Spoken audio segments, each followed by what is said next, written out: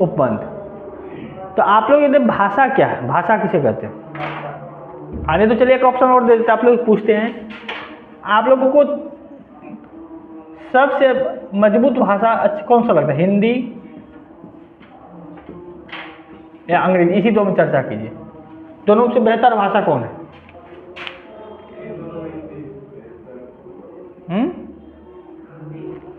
क्यों?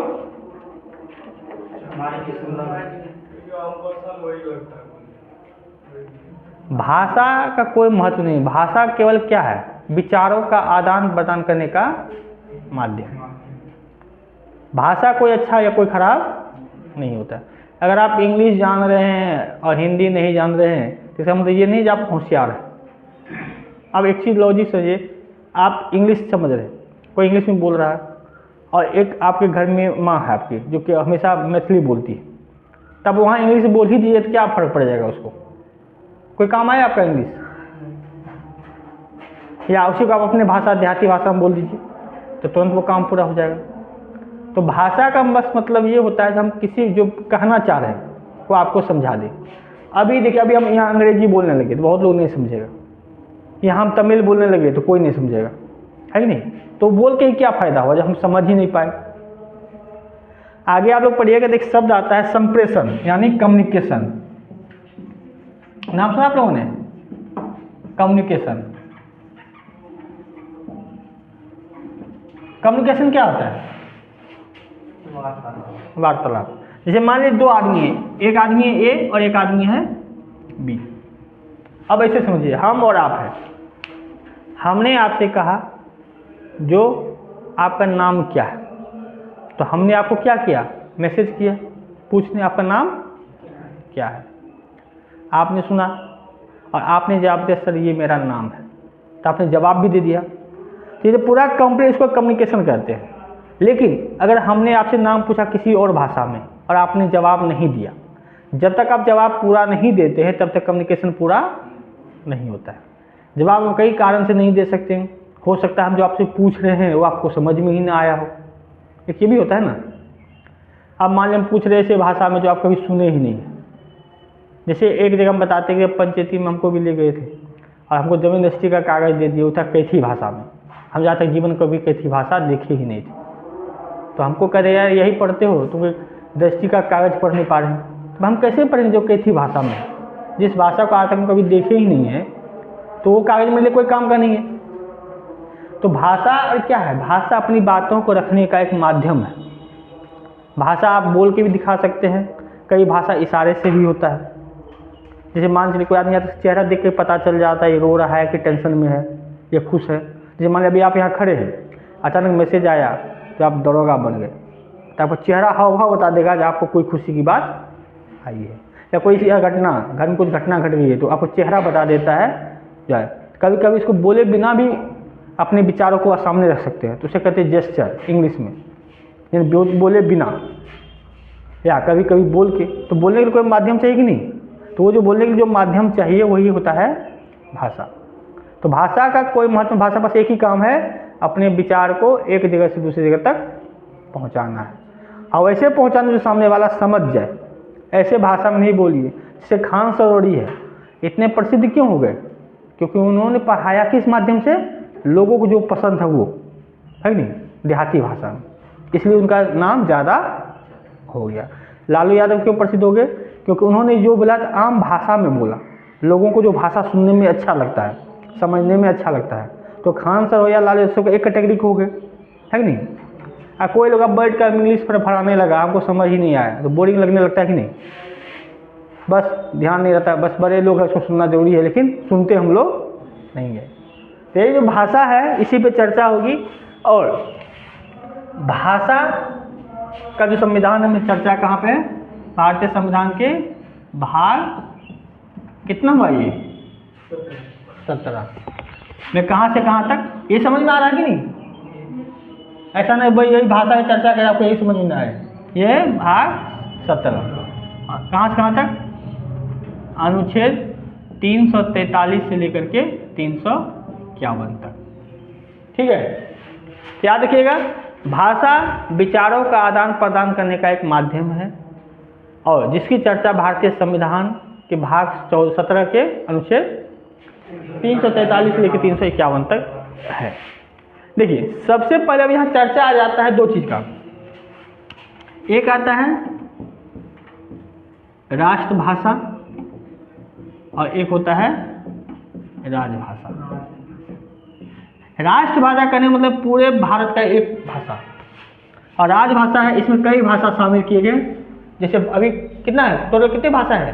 22 भाषा। तो उस 22 भाषा को इसमें शामिल किया गया है। ये आदमी जो है, जो राज्य है, अपने इच्छानुसार अपने हिसाब से इसको इसमें शामिल कर दिया है। जैसे मतलब मैथिली इसमें शामिल है, कहीं तमिल है, कहीं तेलुगु है। तो इसकी चर्चा भारतीय संविधान में है, इसकी चर्चा भारतीय संविधान में कहीं नहीं है। भारत का कोई राष्ट्रभाषा नहीं होगा, राजभाषा होगा लेकिन राष्ट्रभाषा नहीं होगा। एक और सवाल ये भी किया गया है कि राष्ट्रभाषा राजभाषा की चर्चा सबसे पहले कब हुई थी? तो 1949 में। देखिए उस समय तो संविधान सभा था ना, याद है संविधान सभा? तो संविधान सभा में इसकी चर्चा किए थे CR राजगोपालाचार्य। तो पहले ये सब बेसिक चीज़ है। पहला तो यही भाषा क्या है, जो अपने विचारों को सामने पेश करने का एक तरीका है। और सबसे पहले जो भारतीय संविधान सभा के सामने रखा इस पक्ष को, वह है C राजगोपालाचार्य। चर्चा चला राष्ट्रभाषा होगा कि राजभाषा होगा, तो सबका यही नहीं निकला। तो राष्ट्रभाषा का चर्चा नहीं होना चाहिए, क्योंकि राष्ट्र में इसलिए नहीं कर सकते हैं भाई। यहाँ देखिए आपको लगता है सिंपल सी बात है, अभी कह दिया जाए आपको तमिल राष्ट्रभाषा कर दिया जाए भारत का, तो आपको गुस्सा चढ़ेगा कि नहीं? बहम कभी हम क्यों हो जाएगा? कोई कहेगा तेलुगु करो, कोई कहेगा उर्दू करो, कोई कहेगा हिंदी करो, कोई कहेगा पंजाबी करो, कोई कहेगा बंगाली करो। इतने सारे विवाद हो जाएंगे ना, तो फिर एक तरह से लड़ाई झगड़ा हो जाएगा ना, मतभेद हो जाएगा भाषा आधार पर। इसीलिए राष्ट्रभाषा का जिक्र संविधान सभा में नहीं है। आगे संविधान में भी कहीं इसकी चर्चा नहीं है। हाँ, राजभाषा की चर्चा है, तो पहले 14 हुआ करती थी, अब बढ़ के कितना हो गया है? 22। ठीक है, तो 22 राजभाषा है। किस अनुसूची में है? किस अनुसूची में? 8वीं अनुसूची में 22 राजभाषा। वो राजभाषा है, वो राष्ट्रभाषा नहीं है। याद रखिएगा, राष्ट्रभाषा का चर्चा कहीं नहीं है, क्योंकि राष्ट्र का कोई एक भाषा नहीं हो सकता। ठीक है,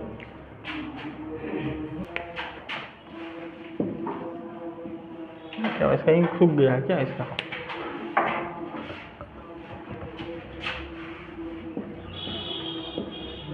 अनुच्छेद 343। देखिए अनुच्छेद 343 याद रखिएगा, 343 का 1, इसमें क्या लिखा गया है? तो राष्ट्र में देश, ऐसे सुन लीजिए इसे,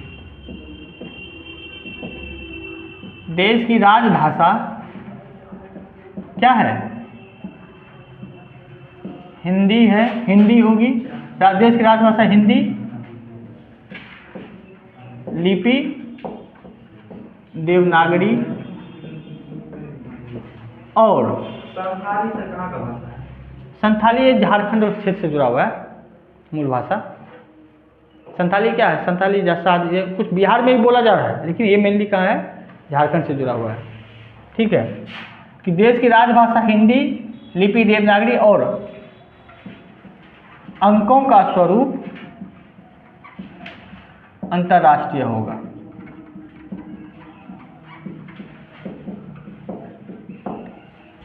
यानी कहने मतलब क्या है? अनुच्छेद 343 में कहा गया है देश की राजभाषा, देखिए राजभाषा है, राष्ट्रभाषा, देश की राजभाषा हिंदी है। ठीक है, और लिपि कैसा होगा? देवनागरी। अच्छा बताइए, देवनागरी लिपि किधर से किधर लिखी जाती है? बाएं से दाएं, मतलब बायां किधर हुआ? अभी हम यहाँ लिख रहे हैं तो मैं दायां से बायां की देवनागरी किस लिपि में लिख रहे हैं? ये लिखे हैं, ये बाएं से दाएं हुआ, ये तो दायां हुआ। आप लिखते हैं, आप तो खड़ा है, लिखते तो हैं। लेकिन याद है लिखते हम ऐसे थे ना, तो इस हिसाब से लिखते थे, इसलिए इधर से इधर जा रहे हैं ना। तो ये हो गया देवनागरी लिपि बाएं से। ऐसे करके नहीं देखना, जब भी बोर्ड को देखना है तो ऐसे करके देखना, तो इधर से इधर जाते हैं, है कि नहीं? और अंकों का स्वरूप कैसा होगा? यानी अंक लिखे जाएंगे अंतर्राष्ट्रीय 1 2 3 4 5, ये अंतर्राष्ट्रीय जो स्तर पर होता है। ऐसा नहीं हिंदी में 1 2 3 ऐसे नहीं, ऐसे करके नहीं लिखना है, ठीक है। तो 343 एक में कहा गया देश की राजभाषा क्या है? हिंदी है, लिपि है, और अंकों का स्वरूप अंतर्राष्ट्रीय हो जो पूरे दुनिया में चलता है। इसके बाद जो अगला है अनुच्छेद 345 प्रादेशिक भाषा। प्रादेशिक भाषा, ये तो चलिए इसका कहने का मतलब क्या है कि देश भारत का जो भी काम होगा हिंदी में भी होगा। अब प्रादेशिक भाषा क्या है? यहाँ तो 38 राज्य है, 28 राज्य है, सबका अपना अपना भाषा है।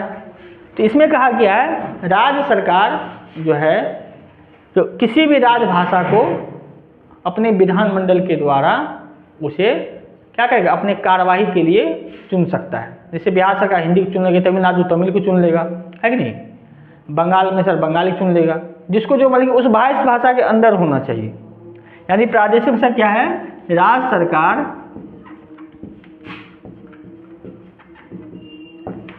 किसी भी राजभाषा को अपने कार्यवाही के लिए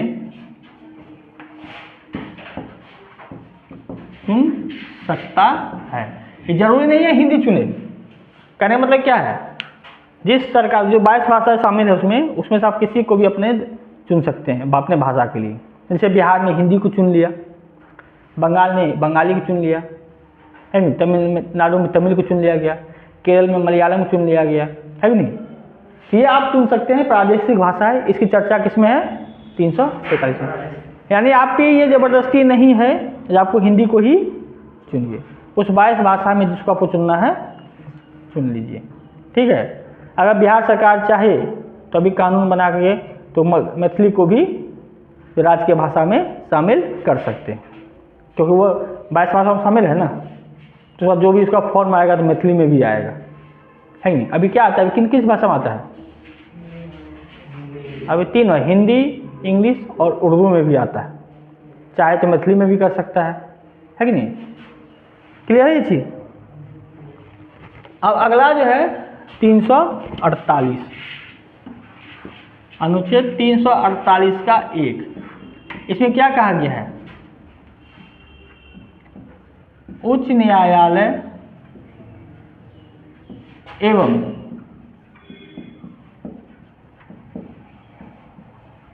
सर्वोच्च न्यायालय के कार्यवाही की भाषा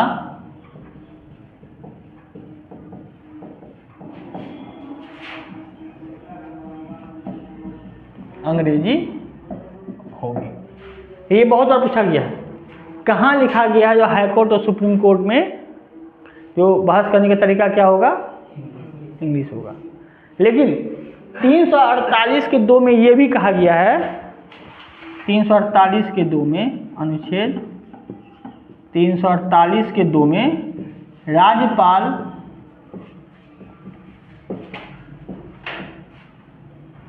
राष्ट्रपति के अनुमति से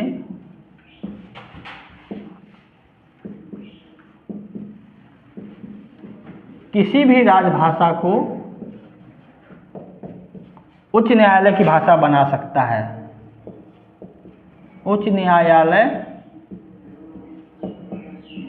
की भाषा बना सकता है।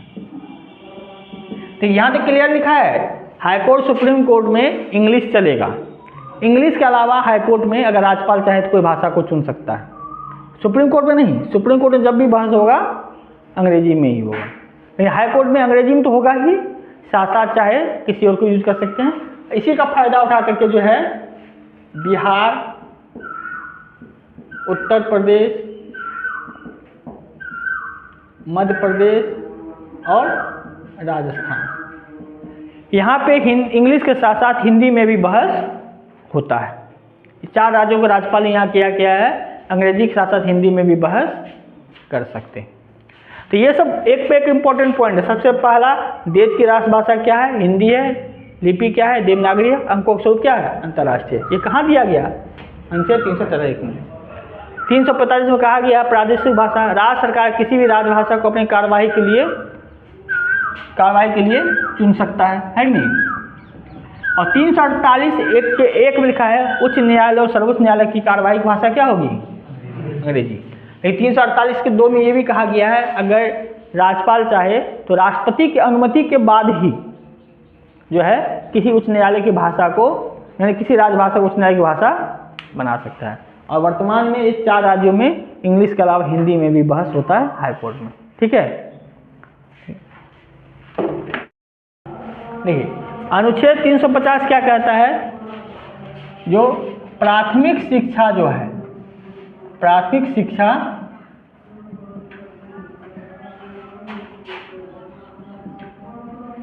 मातृभाषा में यानी राजभाषा में दिया जाना चाहिए। कहने मतलब प्राथमिक शिक्षा क्या? 1 से 5 तक ये शुरुआती शिक्षा जो है आप किसी भी राजभाषा में दे सकते हैं, चाहे वो हिंदी हो, उर्दू हो, तमिल हो, तेलुगु हो, कन्नड़ हो, मलयालम हो, किसी भी भाषा में आप दे सकते हैं। कोई ज़रूरी नहीं इंग्लिश में ही देना, वो आप पे डिपेंड कर रहा है। इंग्लिश में पढ़ना चाहते हैं तो इंग्लिश में पढ़िए, हिंदी में पढ़ना चाहते हैं तो हिंदी में पढ़िए। कोई कंपलसरी नहीं कर देगा इंग्लिश ही क्लास होगा, है कि नहीं? तो इसकी चर्चा कहाँ है? अनुच्छेद 350। तो एक की 343 देश की भाषा, 345 राज्य की भाषा, 348 कोर्ट की भाषा और 350 प्राथमिक शिक्षा की भाषा। इसके अलावा पहले आते हैं पुराना पे अनुच्छेद 344 पे आते हैं। किस पे आते हैं? अनुच्छेद 344। देखिए इसमें क्या किया गया है? जब संविधान का निर्माण हो जाएगा तो उसके 5 साल बाद एक राजभाषा आयोग का गठन किया जाएगा। वो चेक करेगा कौन कौन सी भाषाओं को रखा जाए या हटाया जाए, और उसके बाद हर 10 साल पे एक राजभाषा का आयोग गठन किया जाए। यानी क्या कहा गया है? संविधान निर्माण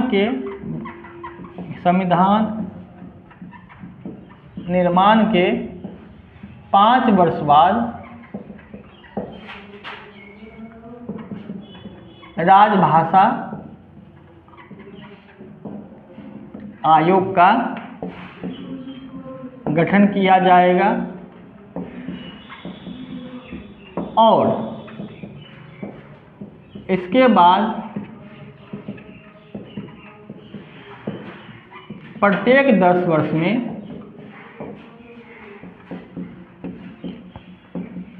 एक राजभाषा आयोग का गठन किया जाएगा। यानी क्या कह रहा है? संविधान निर्माण हो जाएगा, उसके 5 साल बाद एक राजभाषा आयोग का गठन किया जाएगा ताकि वो चेक करे राजभाषा के प्रगति के बारे में या उसके विकास के लिए क्या क्या करना चाहिए, और उसके बाद हर 10 साल पे एक होना चाहिए। तो सबसे पहला जो बना था तो 1955 में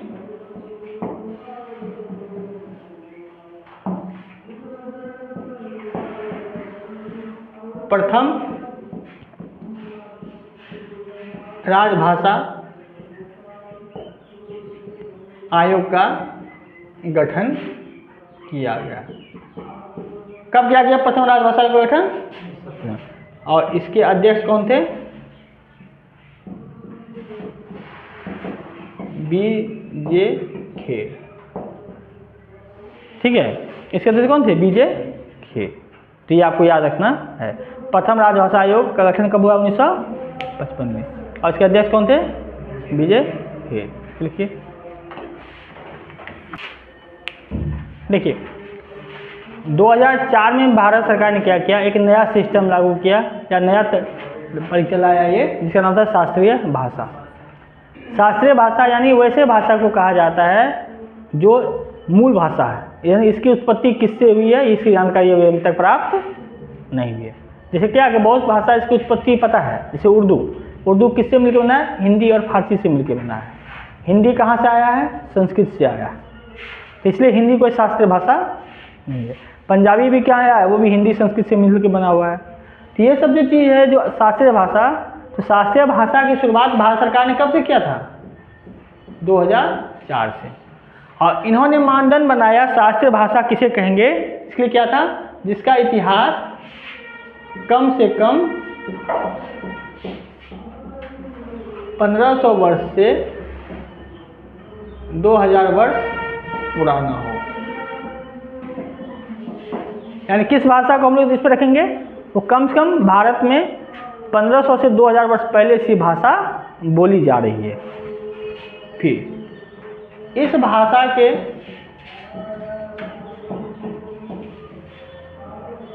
कई सारे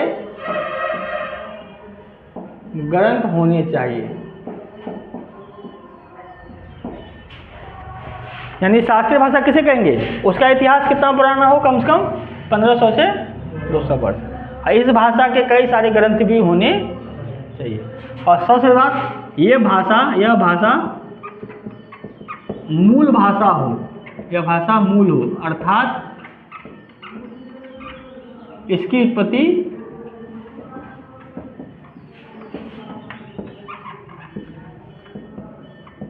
किसी दूसरे भाषा से ना हो। जिसमें ये तीनों चीज होगा उसी को क्या कहेंगे, शास्त्रीय भाषा। तो शास्त्रीय भाषा की शुरुआत कब से, 2004 में। उसका इतिहास कितना पुराना होना चाहिए, 1500 से। और इसमें कई सारे ग्रंथ भी मौजूद होने चाहिए ताकि प्रमाण मिल सके भाई इतना पुराना है कि नहीं। और उसके बाद ये कहाँ से उत्पत्ति है इसका कोई जानकारी ना हो, यानी ये मूल भाषा। तो ऐसे कितने शास्त्रीय भाषा है भारत, कितने शास्त्रीय भाषा है, तो कुल 11 शास्त्रीय भाषा है। कौन कौन से हैं, संस्कृत, तमिल, तेलुगु, कन्नड़, मलयालम, उड़िया, असमिया, बंगाली, मराठी, पाली और प्राकृत। ये 11 भाषा है जिसको शास्त्रीय भाषा का दर्जा प्राप्त है। पहले तो 6 ही था, लेकिन 24 में 5 भाषाओं को जोड़ा गया।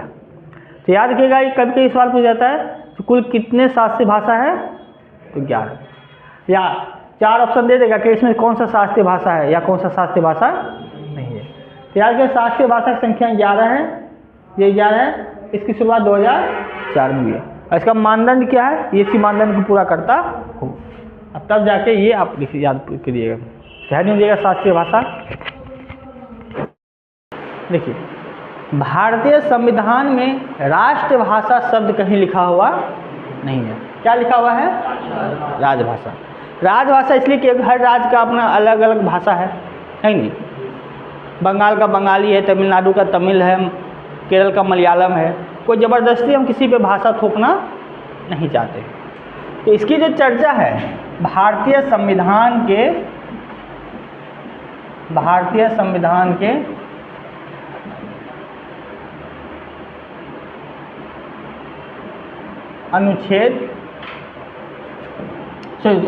अनुसूची किस अनुसूची में है, 8 अनुसूची है, 8वीं अनुसूची में। और भाग कितना है, 17। यानी भारतीय संविधान के भाग 17 में इसकी चर्चा है। और अनुसूची कितना है, 8। देखिए, अभी वर्तमान में तो 22 भाषा है कि नहीं, लेकिन जब शुरुआत था उसमें कितने भाषा थे, 14 भाषा। ठीक है, यानी जब ये बनाया गया था, संविधान बना था, तो उस समय राजभाषा यानी 8वीं अनुसूची में कितने भाषा थे, 14 भाषा थे। और धीरे धीरे आगे चल कर के जो पहला संविधान संशोधन हुआ, 21वां संविधान संशोधन 1967, इसमें एक भाषा और जोड़ा गया, सिंधी भाषा। सिंधी जो पंजाब और उसके क्षेत्र में बोला जाता है। तो 21वां संविधान संशोधन 1967 के द्वारा सिंधी भाषा को जोड़ा गया। तो अब टोटल भाषा कितने हो गए? 15, है कि नहीं? यानी मूल संविधान में 14 भाषाएं थी। 21वां संविधान संशोधन 1967 के द्वारा एक भाषा जोड़ा गया, सिंधी। तो हो गया कितना? 15। फिर इसके बाद आया 71वां संविधान संशोधन 1992। इसमें 3 भाषा को जोड़ा गया, कोंकणी, मणिपुरी और नेपाली। देखिए कहिए, कोंकणी भाषा जो गोवाड़ के क्षेत्र में बोला जाता है, कोंकण क्षेत्र उसको कहा जाता है। मणिपुरी मणिपुर में, नेपाली भाषा जो है सिक्किम में बोला जाता है कि नहीं? तो सिक्किम अपना देश है, इसलिए इस नेपाली को भी शामिल किया गया। वहाँ का मेन भाषा नेपाली ही है, ठीक है। तो अब कितने भाषा हो गए? 15 था, 16, 17 और 18। टोटल कितने भाषा हो गए? 18, है कि नहीं? कौन? 62 नहीं, 92। अच्छा, 21वां संविधान 1967 में होगा, 71वां 62 में कैसे होगा?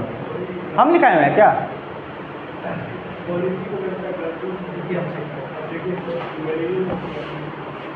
पॉलिटी में एक मिनट रुकिएगा। 92वां संविधान संशोधन 2003। अब इसमें कौन कौन जोड़ा? बोडो, संथाली, मैथिली और डोगरी। वोडो कहाँ है? वोडोलैंड जो आप जाइएगा नागालैंड के आसपास के क्षेत्र में।